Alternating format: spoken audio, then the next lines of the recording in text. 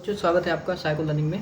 आज हम लोग कक्षा 10 का प्रकाश का प्रवर्तन पढ़ेंगे, जो कि भौतिक विज्ञान है।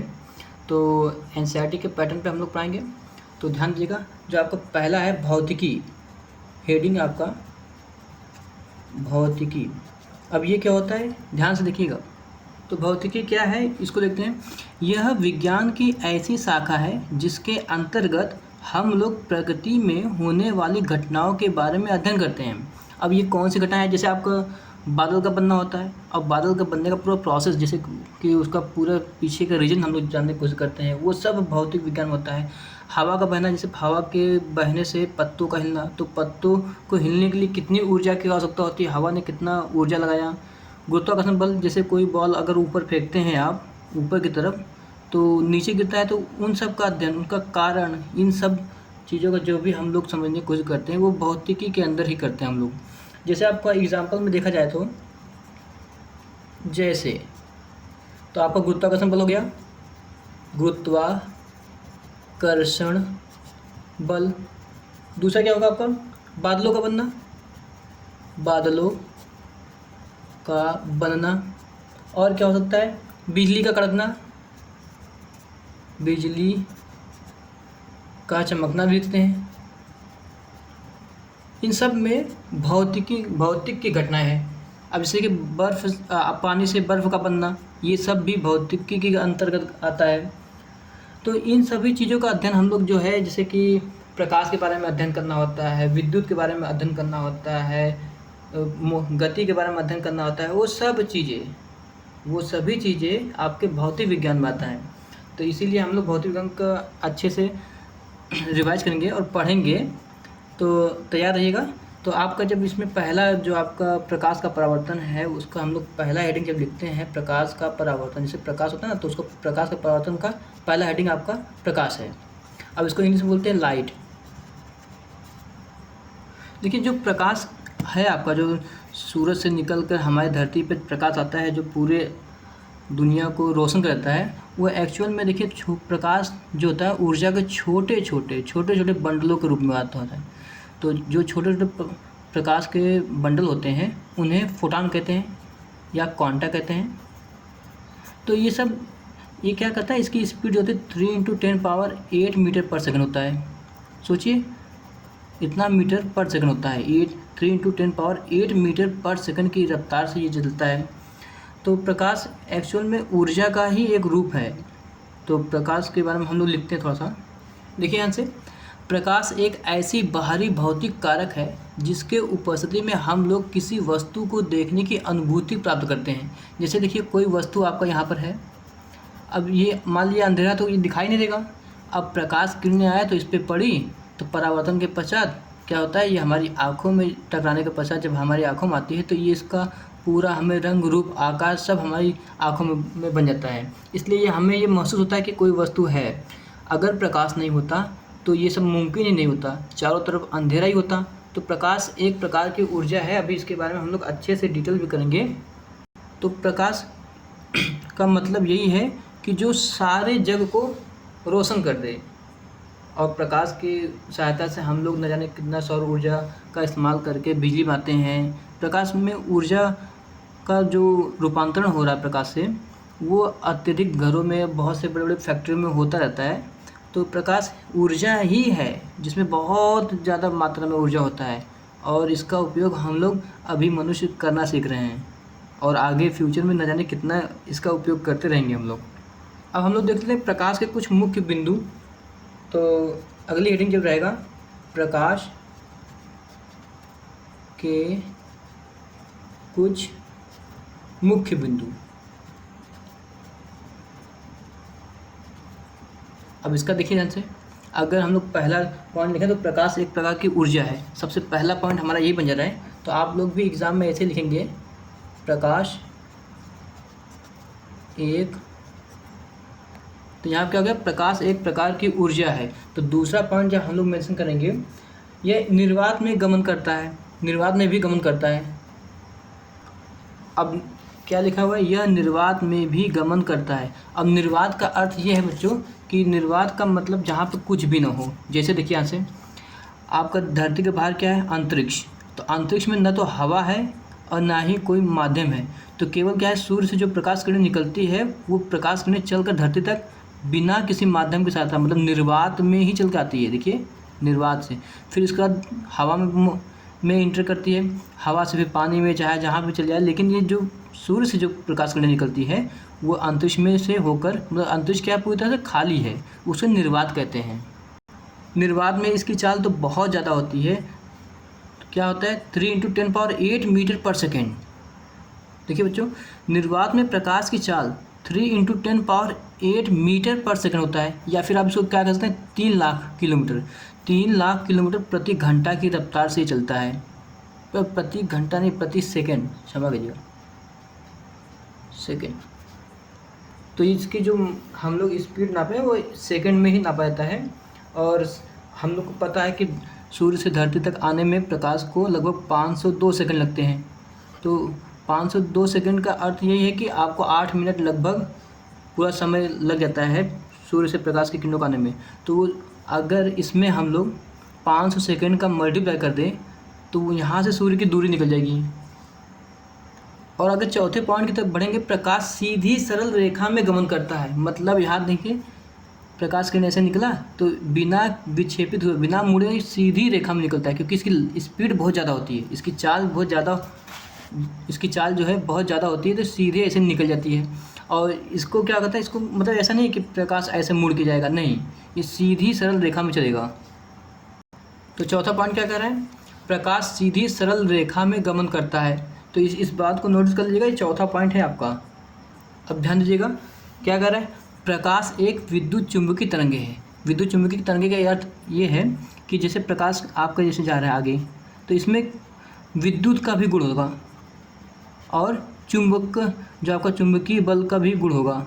तो दोनों ही गुण इसमें पाए जाते हैं, इसलिए इसको क्या कहते हैं, प्रकाश एक विद्युत चुंबकीय तरंगे है। और ध्यान दीजिएगा, विद्युत चुंबकीय तरंगों में आपके बहुत से चीज़, जैसे जो आपका फ़ोन से जो आपका सिग्नल जाते हैं वो सब भी विद्युत चुंबकीय तरंगे हैं, रेडियो वेव भी है। तो विद्युत चुंबकीय तरंगों में सूर्य का प्रकाश भी आता है और बहुत से ऐसे चीज़ें हैं जो विद्युत चुंबकीय तरंगे होती है। विद्युत चुंबकीय तरंगे एक्चुअल में इसे सिग्नल के थ्रू पे ही उसका यूज किया जाता है और इनमें दोनों गुण होते हैं। अब जिन तरंगों में विद्युत का गुण ना हो और चुंबक का, मतलब किसी एक का गुण हो, तो वो तरंगे एक्चुअल में एग्जिस्ट नहीं करती। तरंगों में विद्युत भी होता है, चुंबकीय का व्यवहार भी, दोनों ही शामिल होता है। इस बात को नोटिस कर लीजिएगा। छठा पॉइंट लिखते हैं हम लोग, दृश्य प्रकाश। दृश्य प्रकाश की तरंगदैर्घ्य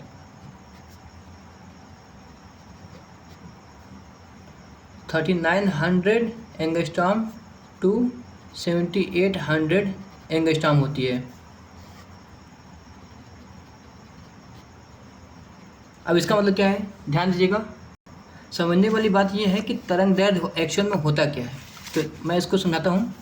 जैसे आपके पास कोई शांत, ये मान लीजिए पूरा पानी से भरा हुआ है, शांत पानी है, आपका जलाशय है, आपने एक कंकड़ को इसमें फेंका, तो कंकड़ क्या करेगा, जहाँ पे कंकड़ गिरता है उसके चारों तरफ ऐसे गोला गोला बन जाता है। अब ध्यान से जब देखेंगे तो गोला गोला बन जाता है। तो जो ये गोला दिखाता है कि ये तरंग जिस तरह से वेव, मतलब तरंगे चलती है, वो उसको ये रिप्रेजेंट करता है। अब ध्यान दीजिए, जब इसको बगल से देखेंगे आप, इसके बगल से अगर यहाँ से आँखें लगा जब देखेंगे तो ये तरंगे हमें ऐसे उभरा हुआ, दबा हुआ, उभरा हुआ, दबा हुआ, उभरा हुआ, दबा हुआ, उभरा हुआ, दबा हुआ, ऐसे दिखाई देता है। अब बात यह है कि यहाँ पे जो उभरा हुआ है, तो ये जितना भी उभरा हुआ पार्ट है, मतलब एक उभरे से दूसरे जो उभरा हुआ पार्ट है, इसके बीच की जो दूरी है इसको तरंगदैर्घ्य कहते हैं, तरंगदैर्घ्य। अब बात यह है कि अगर इनके बीच की दूरी मान लीजिए बहुत कम होती है तो उसको बोलते हैं बहुत कम तरंगदैर्घ्य है। इसकी क्या बोलेंगे, इसको कम तरंगदैर्घ्य।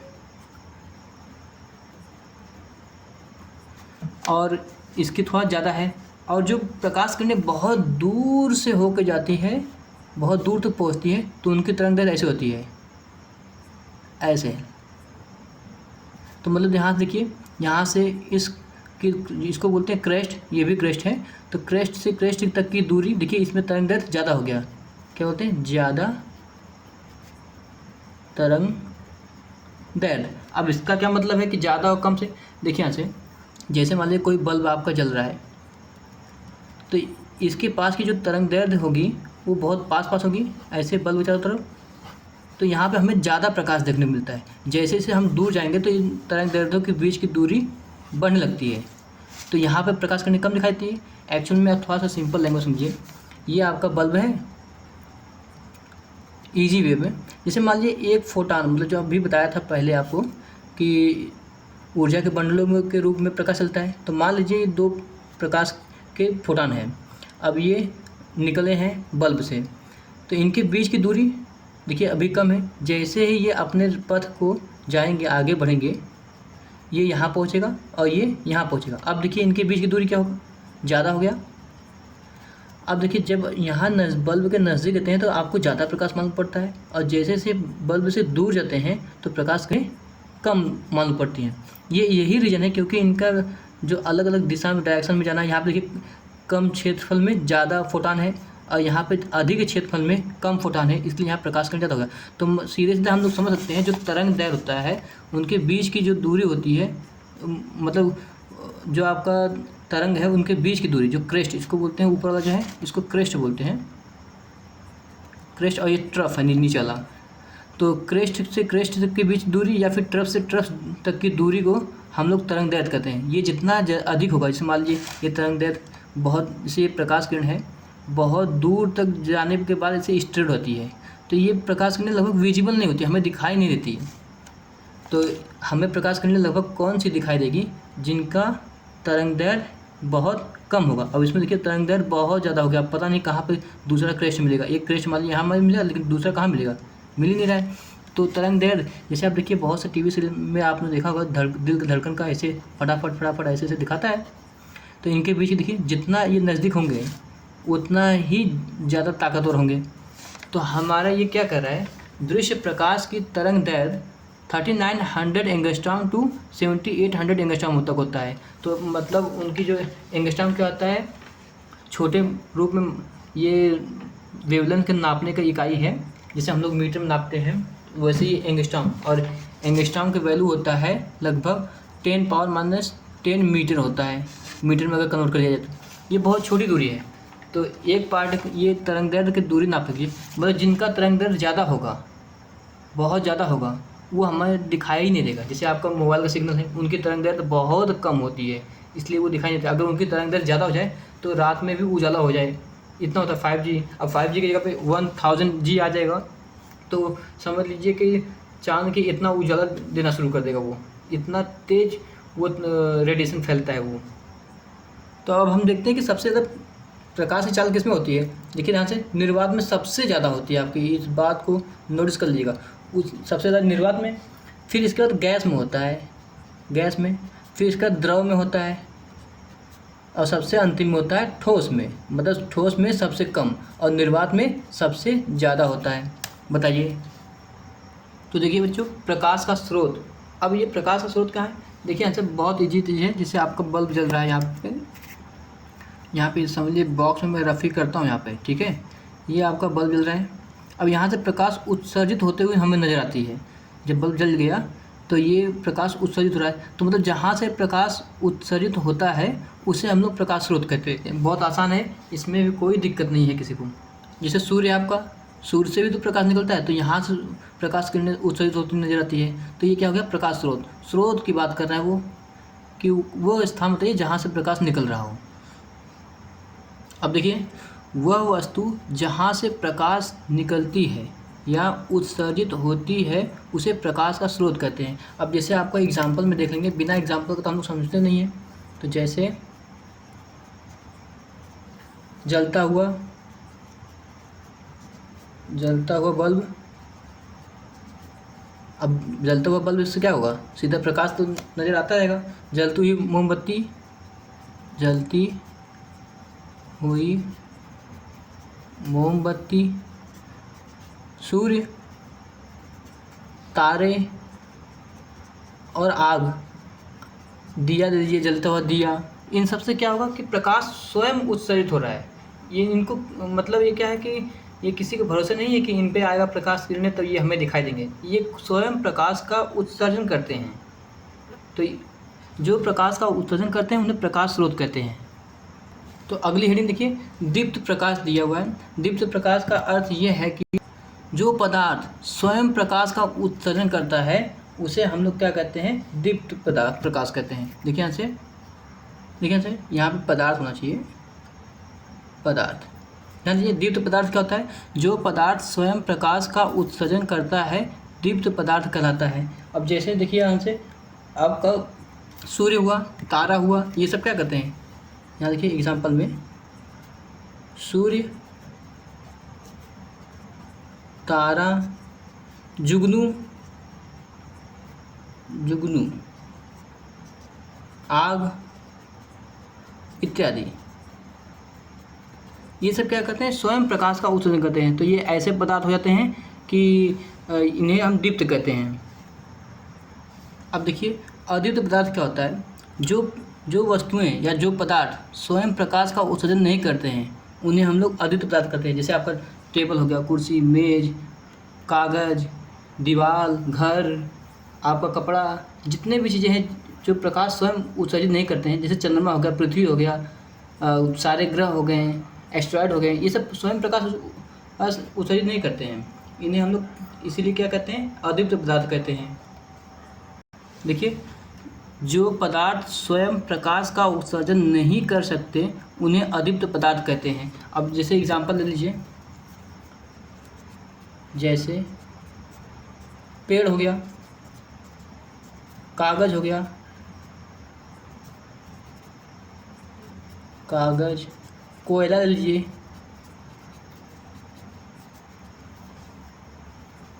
टेबल, कुर्सी, मेज, किताब इत्यादि, ये सब चीज़ें क्या कहते हैं, जो प्रकाश का स्वयं उत्सर्जन नहीं करते। जैसे आप ये भी मान सकते हैं चंद्रमा, पृथ्वी, ये सब क्या कहते हैं, प्रकाश का स्वयं उत्सर्जन नहीं करते हैं। अगली हेडिंग है किरण, जिसको इंग्लिश में बोलते हैं रे। अब ध्यान से समझिएगा रे होता क्या है। अब देखिए यहाँ से जिस पथ पर प्रकाश चलता है, जैसे कि कोई भी रास्ता हो, प्रकाश सीधी सरल रेखा में चलता है, ठीक है, उसके दिशा को जिससे हम दर्शाते हैं वो किरण कहते हैं। जैसे क्या क्या कहते हैं, जैसे सरल रेखा से अगर किरण, वैसे प्रकाश की दिशा को हम लोग दर्शा देंगे वो आपका किरण कहलाएगा। जैसे देखिए जिस पथ पर प्रकाश चलता है उसके दिशा को ही किरण कहते हैं। और एक चीज़ मैं बताना चाहता हूँ, जो कि एक तरंगाग्र पर लंबवत रेखा होती है। जैसे देखिए जो कि एक तरंगा, देखिए से, जो कि एक तरंगाग्र पर लंबवत रेखा होती है। अब इसका क्या मतलब है, ध्यान से समझ। जैसे हमने पानी में एक कंकड़ गिरा था शांत पानी में, तो हमारे पास ऐसे ऐसे गोले बने थे, ठीक है। अब अगर हम लोग इसे बगल से देखेंगे तो क्या कैसे दिखाई देता है, ये ऐसे उभरे हुए दिखाते हैं, उभरा हुआ दबा हुआ, उभरा हुआ दबा हुआ, ऐसे ऐसे दिखाई देता है। मतलब यहाँ पे ऊंचा, यहाँ पे खाल, ऊंचा खाल, ऐसे दिखाई देता है, ठीक है। तो जो यहाँ से अगर मान लीजिए हम लोग एक किरण देखें, क्योंकि प्रकाश ऐसे चारों दिशाओं में ऐसे ऐसे गोल गोल मतलब बढ़ रहा है हर दिशा में बराबर, तो उसके देखिए जो ये लंबवत है, देखिए इन सब पे लंबवत है, देखिए 90 डिग्री 90 डिग्री 90 डिग्री 90 डिग्री। तो ये कैसे है, इसी के ठीक लंबवत दिशा में हम लोग एक किरण को प्रदर्शित करते हैं, जिसे हम लोग प्रकाश किरण कहते हैं। तो ये ऐसे दिखाते हैं प्रकाश किरण को, हमें सीधी हुई आती हुई नहीं जाती थी प्रकाश, तो ऐसे हम लोग प्रदर्शित कर देते हैं। तो यहाँ पर अगर देखा जाए तो ऐसे कर दिया और ये हो गया आपका किरण, ठीक है। अब हम लोग देखते हैं किरण पुंज क्या होता है। ये तो बहुत आसान है। अब देखिए यहाँ से किरण पुंज होता क्या है। जैसे ये आपका किरण है, तो अगर इसमें बहुत सारे किरण ले ली जाए तो किरणों के समूह को हम लोग क्या कहेंगे, किरण पुंज कहेंगे, जिसे इंग्लिश में कहते हैं बीम ऑफ लाइट। देखिए किरणों के समूह को किरण पुंज कहते हैं। अब ये किरण पुंज 3 प्रकार का होता है। पहला क्या होता है, समांतर किरण पुंज, समांतर किरण पुंज। दूसरा होता है आपका अभिसारी किरण पुंज, अभिसारी किरण पुंज। तीसरा होता है आपका अपसारी किरण पुंज,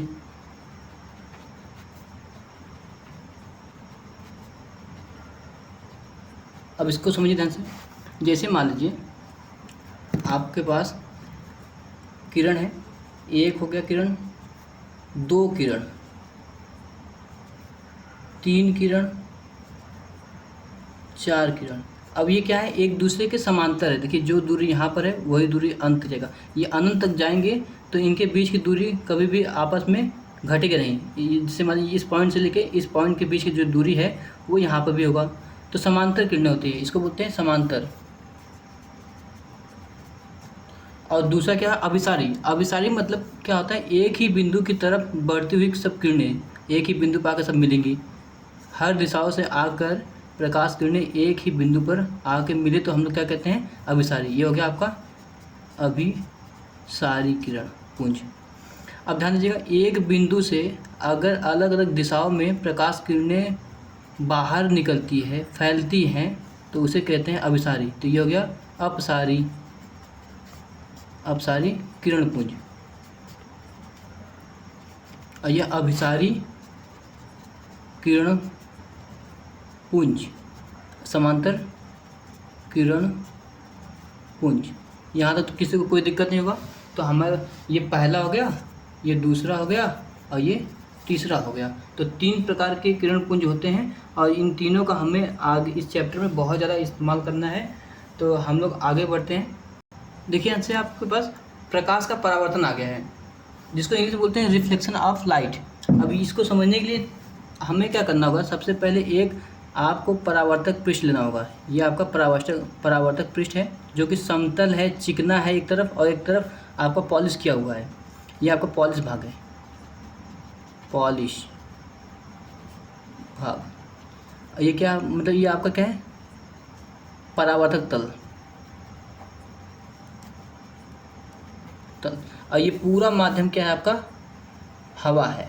ध्यान दीजिएगा, ये भी पूरा हवा है। आपको पता है ना कि समझ लीजिए इस आपका शीशा है, जो शीशा आपका रखा हुआ है, ये M1 M2, ठीक है। इस तरफ पूरी तरह से प्रकाश परावर्तित हो जाएगा, मतलब परावर्तक तल है। अब इसको समझने के लिए क्या करेंगे, जैसे कि हवा में से आपने प्रकाश किरण को इसके किसी एक बिंदु पर आपतित कराया। जिस बिंदु पर ये आपतित हुआ उसे क्या बोलते हैं, आपतन बिंदु।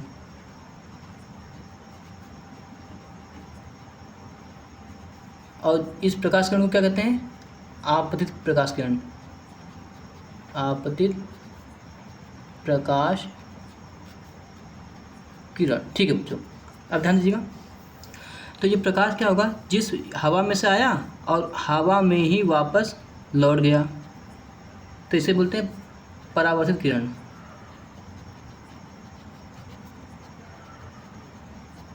देखिए अब इसका अगर हम लोग परिभाषा लिखना चाहेंगे कि जिस माध्यम से प्रकाश किरण किसी चिकने समतल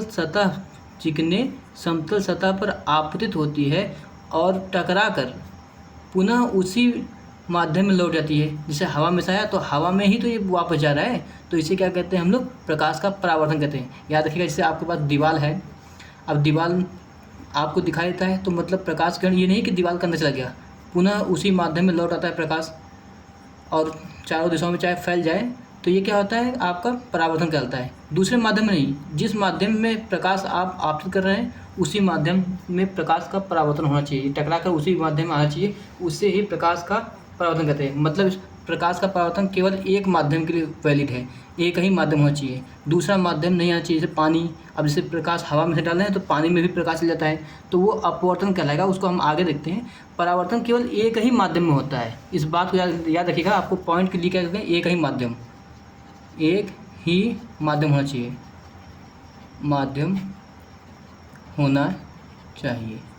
अब जैसे आप टेबल कुर्सी मेज देखते हैं, आपके सामने टेबल कुर्सी मेज तो आपको दिखाई देता है क्योंकि प्रकाश उसमें टेबल के अंदर नहीं आता, टेबल से टकराकर आपके वातावरण में, हवा में प्रकाश किरणें अपवर्तित मतलब परावर्तित हो जाती है, तो उसे हम लोग प्रकाश का परावर्तन कहते हैं। अब ध्यान दीजिएगा, एक चीज़ मैं इसमें थोड़ा कुछ ऐड करना चाहता हूँ। ये आपका आपतन बिंदु हो गया, और आपतन बिंदु पर हम लोग क्या करते हैं, जैसे एक तरह से मैं आपको सुना दूँ। जैसे मान लीजिए अभिलंब क्या होता है, जैसे मान लीजिए आपके पास कोई सतह है, उसके लंबवत ठीक 90 डिग्री पर, जैसे मान लीजिए यहाँ पर मुझे लंब खींचना है, अभिलंब, तो ये हो जाएगा आपका ऐसे। तो यहाँ देखिए 90 डिग्री यहाँ बनना चाहिए और 90 डिग्री इस पर बनना चाहिए। क्या होगा, यदि कोई गोला हो, जैसे मान लीजिए आपके पास कोई गोला है, अब इस पर अभिलंब खींचना है, तो सबसे पहले ध्यान दीजिएगा अब अभिलंब कैसे होगा। यहाँ देखिए, अगर मान लीजिए इसका सेंटर है, यहाँ से त्रिज्या है, तो जो भी त्रिज्या पे आप प्रकाश किरणें डालेंगे, त्रिज्या पे देखिए, त्रिज्या पे ही जा रही प्रकाश किरणें, ये नहीं कि आप यहाँ से डालिए तो त्रिज्या की इस तरफ निकल जाए, नहीं, आपको त्रिज्या पर ही निशान लगाकर प्रकाश किरण डालना है ताकि सेंटर पर जाए प्रकाश किरण। तो ये क्या होगा, अभिलंब होगा, देखिए 90 डिग्री बनेगा। अगर कोई कहे कि यहाँ से प्रकाश किरण डालें तो ये अभिलंब नहीं कहलाएगा, ये देखिए सेंटर की तरफ नहीं जा रहा है, आपको प्रकाश किरणें सेंटर की तरफ ही डालना है प्रकाश किरणें, तो वो क्या होगा, अभिलंब होगा। ये देखिए अभिलंब होगा, अभिलंब, ठीक है बच्चों। तो यहाँ देखिए, अब यहाँ पे आपका आपतन बिंदु है, तो आपतन जिस जगह पर प्रकाश आपतित होता है उसी जगह को आपतन बिंदु कहते हैं, और आपतन बिंदु पर ही आपको अभिलंब खींचना है और कहीं पर नहीं, आपतन बिंदु पर ही। देखिए तो इसको क्या बोलते हैं, अभिलंब, और इंग्लिश में इसको शो करते हैं कैपिटल एन से, नॉर्मल होता है, इसको कैपिटल एन से प्रदर्शित करते हैं। अब ध्यान दीजिएगा, यहाँ से अभिलंब और आपतित प्रकाश किरण के बीच में आपतन कोण बनता है, इसे आपतन कोण कहते हैं। और यहाँ पर देखिए अभिलंब और परावर्तित किरण के बीच में ये आपका परावर्तन कोण है, मतलब इसको आई से आर से प्रदर्शित करते हैं। यहाँ देखिए एंगल आई बराबर क्या होगा, आपतन कोण, आपतन कोण, एंगल आर क्या कहलाएगा, परावर्तन कोण। सिर्फ ये जानकारी के लिए आपका था।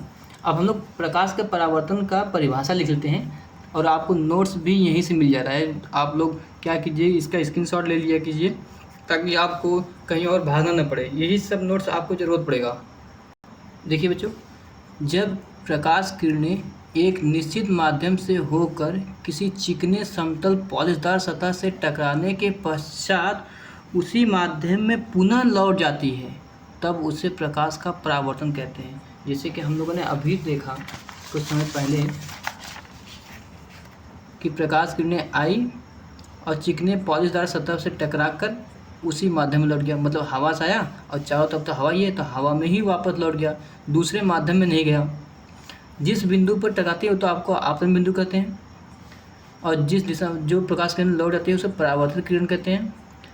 आपतित किरण और अभिलंब के बीच के कोण को क्या कहते हैं, आपतन कोण कहते हैं। परावर्तित किरण और अभिलंब के बीच के कोण को क्या कहते हैं, परावर्तन कोण कहते हैं। बताइए इतनी बात समझ में आया। तब इन्हीं पॉइंट को हम लोग नोटिस करते हैं। पहले शुरू करते हैं परावर्तक तल क्या होता है, उसकी परिभाषा लिख लेते हैं, तब आगे बढ़ते हैं हम लोग। देखिए, जिस सतह पर प्रकाश किरणें, देखिए परावर्तक सतह है जिसको इंग्लिश में बोलते हैं रिफ्लेक्टर, मतलब जिस सतह पर प्रकाश किरणें आपतित होने के पश्चात या फिर आने के पश्चात उस परावर्तक पृष्ठ से टकराने के पश्चात उसी माध्यम में पुनः लौट जाती है, उसी सतह को हम लोग क्या कहते हैं, परावर्तक सतह कहते हैं। देखिए बच्चों, जिस सतह पर प्रकाश की किरणें आकर अपने ही माध्यम में लौट जाती है टकराने के पश्चात, उस सतह को ही परावर्तक पृष्ठ या परावर्तक सतह कहते हैं। ठीक है, तो मतलब प्रकाश किरणें आएंगी फिर उसी माध्यम में वापस लौटेंगी, तो जिस पृष्ठ से वो वापस लौटी हैं उसे हम लोग क्या कहते हैं, परावर्तक पृष्ठ कहते हैं। जिसकी उसी के साथ साथ तो हम लोग क्या कहते हैं, प्रकाश को परावर्तन करते हैं। अगर प्रकाश परावर्तित नहीं होगा तो आपका सतह परावर्तक पृष्ठ नहीं कहलाएगा। जैसे आपका ये क्या कहलाता है, आपका ये आपका मान लीजिए शीशा है, शीशा क्या करता है, इस पर प्रकाश किरण आपतित हुई और उसी माध्यम में इसने भेद दिया, तो ये इस चीज़ को क्या कहेंगे आप लोग, परावर्तक तल या परावर्तक पृष्ठ कहेंगे आप लोग। ठीक है बच्चों, अगली हेडिंग है आपतित किरण। अब ये आपतित किरण क्या होती है, ध्यान दीजिएगा, मैं आपको फिगर में लिखा था। जो प्रकाश किरण परावर्तक पृष्ठ पर पड़ती है, जो प्रकाश किरणें परावर्तक पृष्ठ पर पड़ती है उसे ही हम लोग क्या कहते हैं, आपतित प्रकाश किरण कहते हैं। परावर्तक सतह पर आने वाली किरण को आपतित किरण कहते हैं। ये तो बहुत आसान है, तो इसमें समझने की ज़्यादा कोई दिक्कत नहीं है। तो अगली हेडिंग जो आपका आता है परावर्तित किरण, जो आपकी नेक्स्ट हेडिंग है परावर्तित किरण। इसी के बारे में हम लोग थोड़ा सा और समझते हैं। अब इसके बारे में जो आपका आएगा, देखिए यहाँ से, जैसे परावर्तक पृष्ठ से टकरा कर जाने वाली प्रकाश किरण को, देखिए ये आई प्रकाश, देखिए परावर्तक पृष्ठ ये है, इससे टकरा कर जाने वाली प्रकाश किरण को क्या कहते हैं, परावर्तक किरण कहते हैं। ये भी तो बहुत आसान है। तो इसी के बारे में यही चीज़ हमें लिखना है पॉइंट में। देखिए परावर्तक सतह से टकराकर जाने वाली किरण को परावर्तित किरण कहते हैं। ये आपका नोट्स है, आप लोग स्क्रीनशॉट लेते रहिएगा और आपको पूरा नोट्स यहाँ पे मिल जाएगा और यही एग्ज़ाम में आपका मजबूती से तैयारी होगा। मैं सिर्फ इसलिए आपको पढ़ा रहा हूँ ताकि आपको अच्छे से नोट्स मिल सकें और आपके जो सिलेबस में है ऐसा नहीं हो कि आपको पूरा खोजना पड़े। यहाँ पे सब कुछ स्टेप बाय स्टेप आपको पढ़ाया जा रहा है और उसको बताया जा रहा है। ज़्यादा कुछ इसमें डिटेल तो बताना नहीं है, जहाँ पर डिटेल की ज़रूरत होगी वहाँ पर पूरा डिटेल में बताया जाएगा आपको। देखिए यहाँ से, जिस बिंदु पर आपतित किरण आकर परावर्तक पृष्ठ से टकराती है उस बिंदु को आपतन बिंदु कहते हैं। अब देखिए हम लोग फिगर में क्या बात करते हैं जो हमने बनाया था, ये क्या आपतित किरण है, परावर्तक पृष्ठ है। परावर्तक पृष्ठ के जिस बिंदु पर आपतित किरण आकर टकराती है उसे क्या कहते हैं, आपतन बिंदु कहते हैं। ये सब पॉइंट आपको याद रखना होगा बच्चों। तो ये सब आसान नहीं है, मतलब आसान तो है, लेकिन इस पॉइंट को दिमाग में रखने के लिए आपको हमेशा प्रयास करना चाहिए ताकि आप एग्ज़ाम में फटाफट ये सब कर सकें। देखिए अभिलंब क्या होता है, आपको पता है,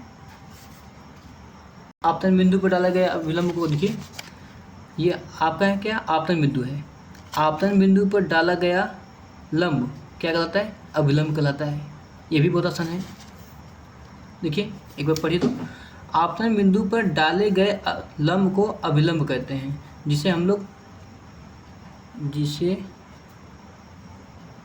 लोग कैपिटल एन से प्रदर्शित करते हैं, बताइए यहाँ तक तो सबको आसान होगा। देखिए ऐसे आपका अगली हेडिंग है आपतन कोण। अब इसको समझिए ध्यान से। देखिए ये आपका आपतित किरण है और ये आपका अभिलंब है। तो आपतित किरण और अभिलंब के मध्य बने कोण को क्या कहते हैं, आपतन कोण कहते हैं। ये भी आसान, देखिए आपतित किरण है और अभिलंब, इन दोनों के बीच में बनने वाले कोण को क्या कहते हैं, आपतन कोण कहते हैं, जिसे हम लोग आई से प्रदर्शित करते हैं, स्मॉल आई से। देखिए ऐसे आपतित किरण और अभिलंब के बीच बने कोण को परावर्तन कोण कहते हैं और इसे आई से प्रदर्शित करते हैं।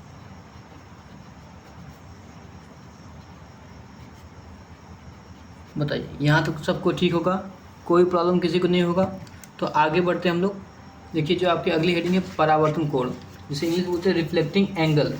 अब ये क्या होता है तो इसको समझना चाहिए। ये आपका परावर्तित किरण है और ये आपका अभिलंब है। परावर्तित किरण और अभिलंब के बीच बने कोण देखिए आर है, इसे ही हम लोग क्या कहते हैं, परावर्तन कोण कहते हैं। ठीक है बच्चों। देखिए परावर्तित किरण और अभिलंब के बीच बने कोण को परावर्तन कोण कहते हैं। इसे स्मॉल आर से प्रदर्शित करते हैं।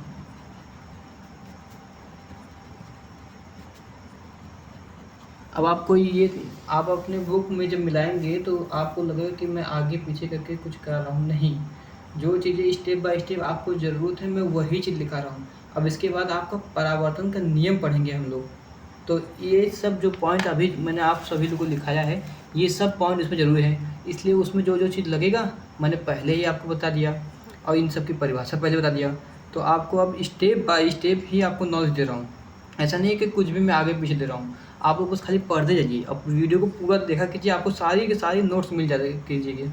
यहाँ से सभी नोट्स आपको मिलेंगे और जितने भी न्यूमेरिकल्स होंगे एनसीईआरटी का, चाहे एग्जाम्पल हो चाहे एक्सरसाइज का हो, और जितने भी आपका साल का कुछ क्वेश्चन पूछा गया पिछले साल का, वो सब कराएंगे। आप घबराइएगा नहीं, सभी वीडियो में आपको पूरा मिलेगा। थोड़ा वीडियो लंबी होगी लेकिन सबसे बेस्ट होगी। बस नोट्स के लिए आप पढ़िए, नोट्स के लिए वीडियो देखिए, और थोड़ा बहुत इसमें हिंट तो मैं दे ही दे रहा हूँ, तो वो चीज़ बहुत इंपॉर्टेंट है और यही आपको करना भी है और इसी तरह से पढ़ाई भी करना है। ज़्यादा कहीं भागने की ज़रूरत नहीं है, यहीं पे पढ़िए और आप अच्छे से नंबर लाइए। और आपको तो पूरा नोट्स मिल जा रहा है, तो कल भी लंबी वीडियो होगी और उसमें आपको सब कुछ पढ़ाया जाएगा। तो लगभग 4-5 वीडियो में पूरा चैप्टर ख़त्म हो जाएगा, या फिर 10 वीडियो में ख़त्म करें, लेकिन ख़त्म तो ज़रूर करेंगे हम। देखिए यहाँ से परावर्तन के नियम, यही आपको आज पढ़ना है अभी, और इसके बाद कुछ एक हेडिंग और रहेगा। तो हम लोग पढ़ते हैं परावर्तन के नियम, जिसे इंग्लिश में बोलते हैं लॉ ऑफ रिफ्लेक्शन। तो ये क्या होता है आप समझिए। तो सबसे पहली बात आपको जानना होगा कि परावर्तन के 2 नियम होते हैं। परावर्तन के 2 नियम होते हैं।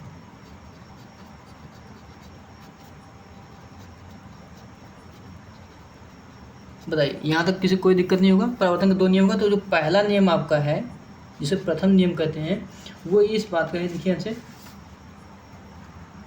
तो हम लोग डायरेक्ट लिखेंगे, कुछ नहीं हुआ। देखिए ये कौन सा कोड है आपका? आपतन कोड है, और ये क्या है?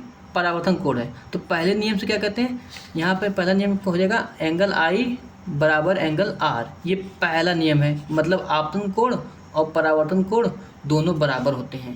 कि हर मामले में अगर प्रकाश किरणें, जैसे आपका मैं समझना चाहूँ, देखिए ये आपका परावर्तक पृष्ठ है और ये आपका आपतित प्रकाश किरण है, और ये आपका आपतन बिंदु है, ये आपका अभिलंब है। ठीक है, यहाँ पे मान लीजिए एंगल आई बना, ठीक उतना ही आपका एंगल आर भी बनेगा। ठीक है, अगर मेरा मन हुआ कि मैं थोड़ा सा यहाँ से प्रकाश किरणें को आपतित करूँ, तो ये है कि इस दिशा में जाएगा, ये देखिए ऐसे जाएगा। जितना एंगल यहाँ से ये बनाएगा अभिलंब से, उतना ही एंगल ये यहाँ से बनाएगा, दोनों ही बराबर होगा। अगर मैं कहूँ यहाँ से प्रकाश किरणें छोड़ूँ, तो ये प्रकाश किरणें यहाँ से ऐसे जाएगा, ऐसे आया प्रकाश किरणें, तो ये इस बल से निकल गया। तो मतलब हम हर मामले में देखते हैं कि अभिलंब जो आपका नॉर्मल है, उससे जो आपतित किरण का जो एंगल है, जो यहाँ से ये एंगल बनेगा, उतना ही ये भी बन रहा है। तो ये पहला नियम जो कह रहा है कि एंगल आई बराबर एंगल आर, आपतन कोण और परावर्तन कोण पहले नियम में बराबर होता है, पहले नियम के हिसाब से। देखिए आपतन कोण आई और परावर्तन कोण आर दोनों बराबर होते हैं। तो मतलब डायरेक्ट हम लोग क्या कहते हैं, एंगल आई बराबर एंगल आर, ये आपका पहला नियम है। इस बात को भूलिएगा नहीं, एग्जाम में आएगा, डायरेक्ट आप लिखिएगा आपतन कोण और परावर्तन कोण दोनों बराबर होते हैं। अब जब दूसरा पॉइंट जब आप लोग लिखेंगे, देखिए दूसरा नियम क्या कहता है, आपतित किरण, परावर्तित किरण और आपतन बिंदु पर खींचा गया अभिलंब तीनों एक ही तल में होते हैं। अब इसका क्या मतलब है, तो इसको हम लोग समझाते हैं। देखिए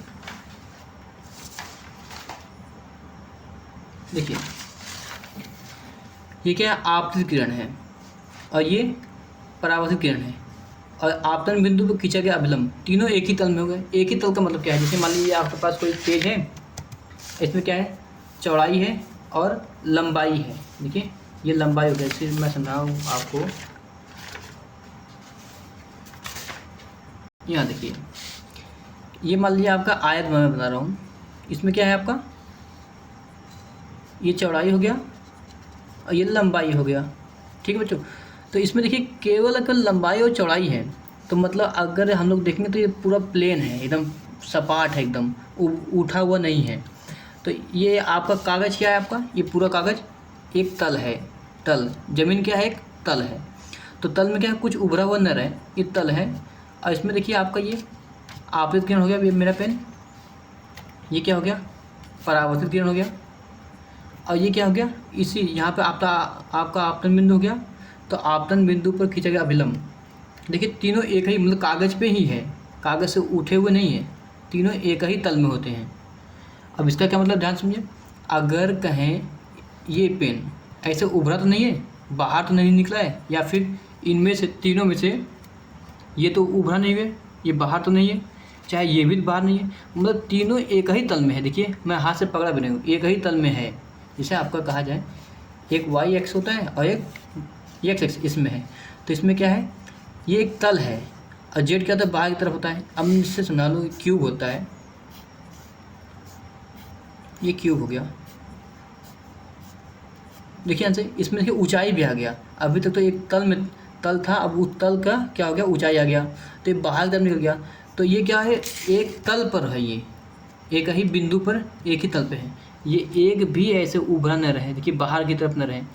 ये जो आपका कागज तल है उसी के तल पर तीनों रहे, उसी को कहते हैं। अब यहाँ देखिए, ये एक्स एक्सिस हो गया, ये वाई एक्सिस हो गया, और ये जेड एक्सिस देखिए यहाँ से लंबाई ले लिया।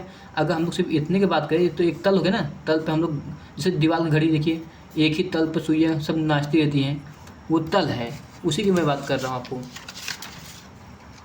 तो अगली हेडिंग की तरफ बढ़ते हैं, परावर्तन के प्रकार। ध्यान दीजिए, परावर्तन के प्रकार, टाइप्स ऑफ रिफ्लेक्शन। अब देखिए ये थोड़ा अलग है, वो था आपका परावर्तन का नियम, और ये है आपका परावर्तन के प्रकार। दोनों में बहुत अंतर है, और इसमें आप लोग चाहे तो फिगर बना सकते हो ऊपर परावर्तन के नियम में, ऐसे करके जो हमने वहाँ पर पहले रखा उसको ऐसे करके बना दीजिएगा।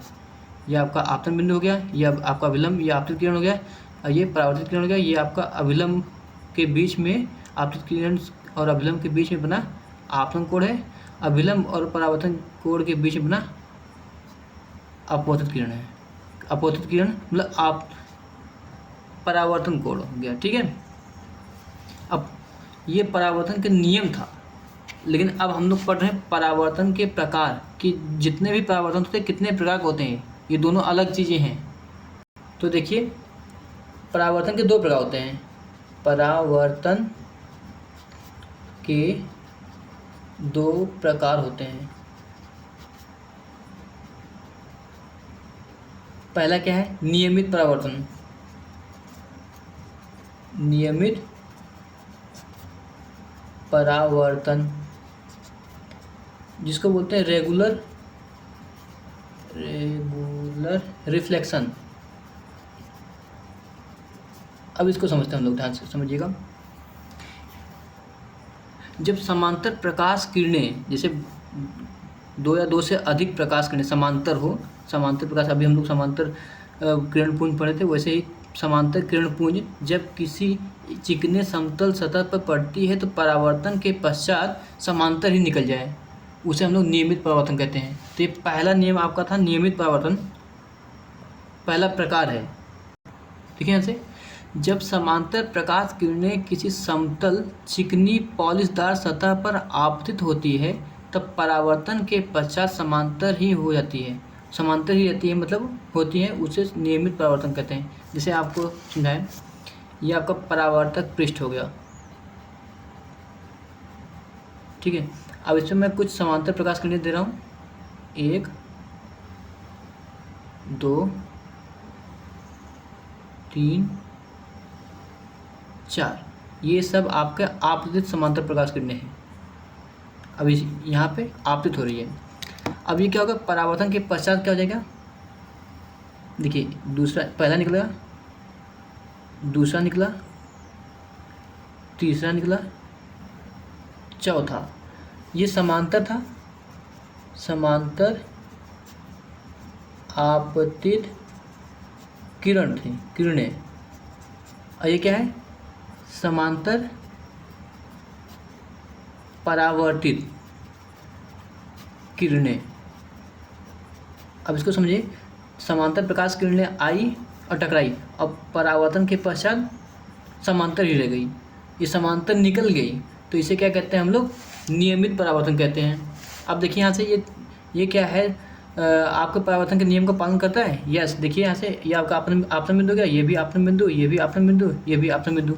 अभी इन पे हम लोग अभिलंब खींचेंगे, मान लीजिए मैं एक पे खींच दिखाऊंगा, वरना ये बहुत कॉम्प्लेक्स हो जाएगा, आपको बहुत फिगर खराब हो जाएगा। देखिए आपका नॉर्मल हो गया अभिलंब, यहाँ पर देखिए एंगल आई बराबर होगा एंगल आर के, वैसे इस पे भी होगा, सब पे लागू हो रहा है। तो हम लोग दूसरा पॉइंट समझते हैं थोड़ा। दूसरा पॉइंट आपका कहता है अनियमित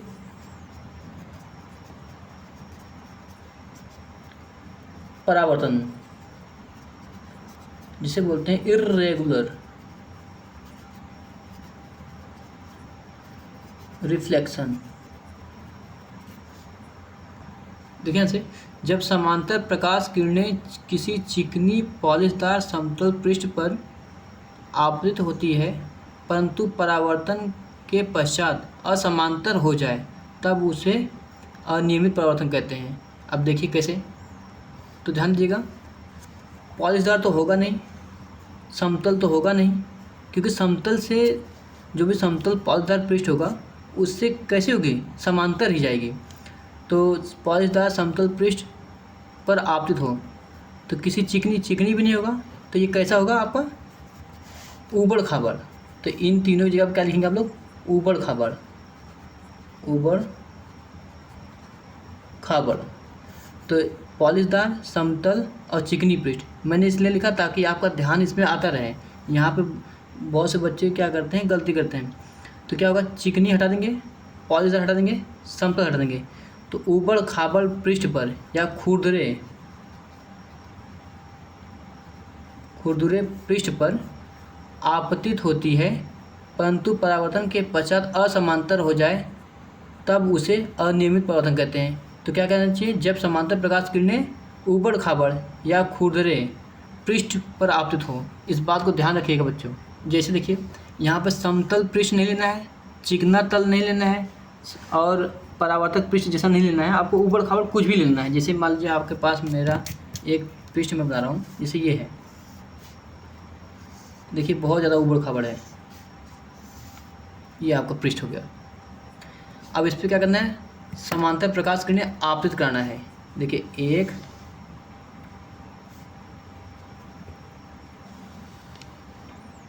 2 3 4। अब ये आपतित किरण है, समांतर आपतित किरण, आपतित किरण, ध्यान दीजिएगा। अब ये परावर्तित जब होंगी तो किस दिशा में जाएंगी, मान लीजिए ये वाला परावर्तित होके ऐसे गया,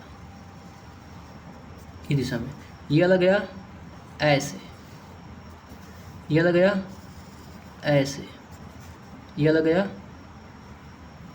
ऐसे। देखिए समांतर आई, और ये क्या है, एक दूसरे से असमांतर है।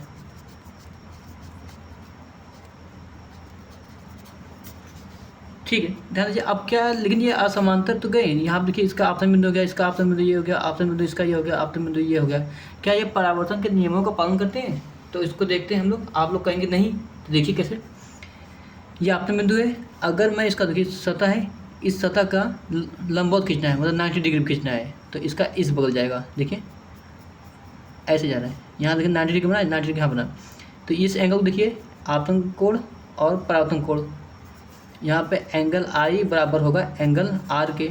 यहाँ पे भी अगर खींचेंगे तो यहाँ पे भी एंगल आई होगा एंगल आर का। ऐसे सभी का एंगल आई और एंगल आर बराबर होंगे। और ध्यान दीजिए, दूसरा नियम क्या है, एक ही तल पर होनी चाहिए, आपतित किरण, परावर्तित किरण और अभिलंब तीनों एक ही तल में है। मतलब ये दूसरे नियम को भी पालन कर रहा है। तो मतलब ये क्या है, परावर्तन के नियमों का पालन करता है। अनियमित